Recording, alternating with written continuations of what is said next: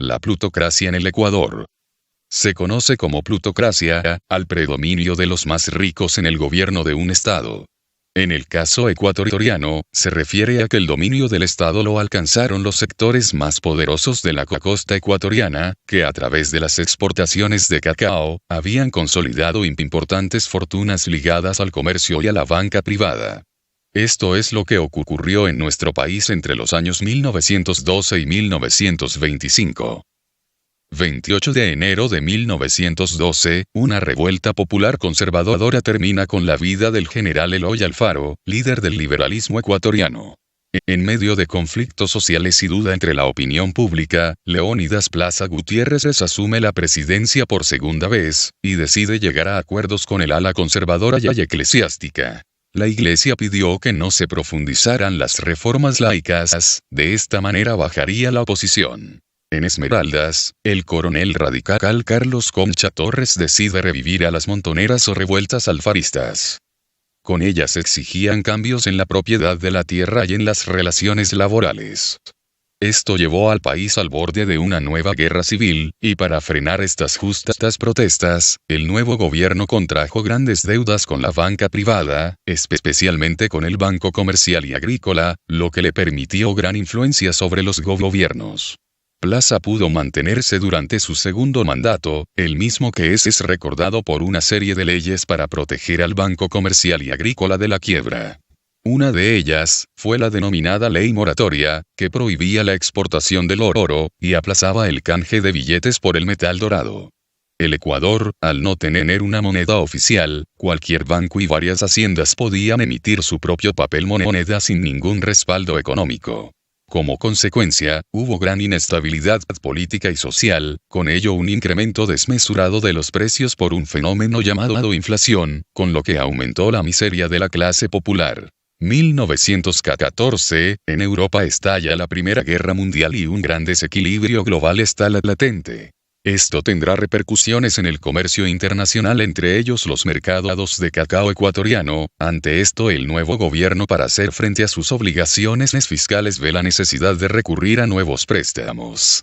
Desde aquel entonces, el Banco Comercial y Agrícola empezó a involucrarse no solo en la política económica, sino también en las elecciones presidenciales y parlamentarias, garantizando el triunfo de sus candidatos mediante aportes económicos, manipulación propagandista y en ocasiones fraude.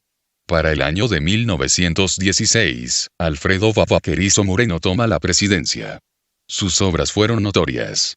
Llegó a fundar planteles educativos, impulsar las artes plásticas, la viabilidad, el telégrafo y el alumbrado eléctrico. Pese a esto, tras bastidores continuaban influyendo el general Plaza y el gerente del Banco Comercial y Agrícola, Francisco Urbina Jado. Le cedió en el poder, José Luis Tamayo, en el año de 1920. En su periodo impulsó la economía buscando estrategias para frenar la crisis del cacao, fomentó obras de infraestructura y abasteció de energía eléctrica a varias ciudades, desarrolló la aviación nacional y fundó la Fuerza Aérea Ecuatoriana. Sin embargo, fue duramente cuestionado por la crisis y el levantamiento popular y obrero, que ocasionó la matanza del 15 de noviembre de 1922, en la cual el ejército y la policía masacraron alrededor de 1.500 huelguistas para luego lanzar sus cadáveres al río Guayas.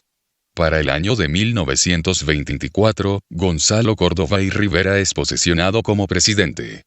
Su gobierno fue de apenas solo 10 meses, pero su mandato estuvo representado por una dura represión contra la ideología contraria, llegando a encarcelar así a muchos periodistas detractores del régimen. Pero su política terminaría pocos meses después. 9 de julio de 1925, Ecuador, fue escenario de uno de los golpes de Estado más decisivos en la historia del Ecuador. Su objetivo principal era modernizar y proteger el país y la industria. Estuvo organizado por militares jóvenes, a lo que llamaron Revolución Juliana, en honor al mes en que se desarrolló. Tomaron la guarnición de Guayaquil, apresaron a las autoridades gubernamentales y conformaron una junta militar de gobierno.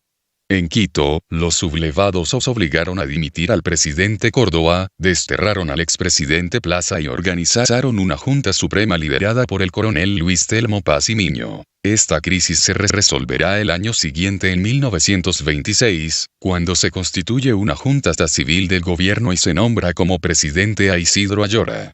La Revolución Juliana de 1925 fue punto clave para frenar un periodo de gobiernos de presidentes que pertenecieron a altas clases sociales de varios sectores de la costa ecuatoriana, los cuales manejaron el destino político y económico del Estado en beneficio de sus intereses particulares, desencadenando no solo en la miseria de la clase popular, sino del propio país.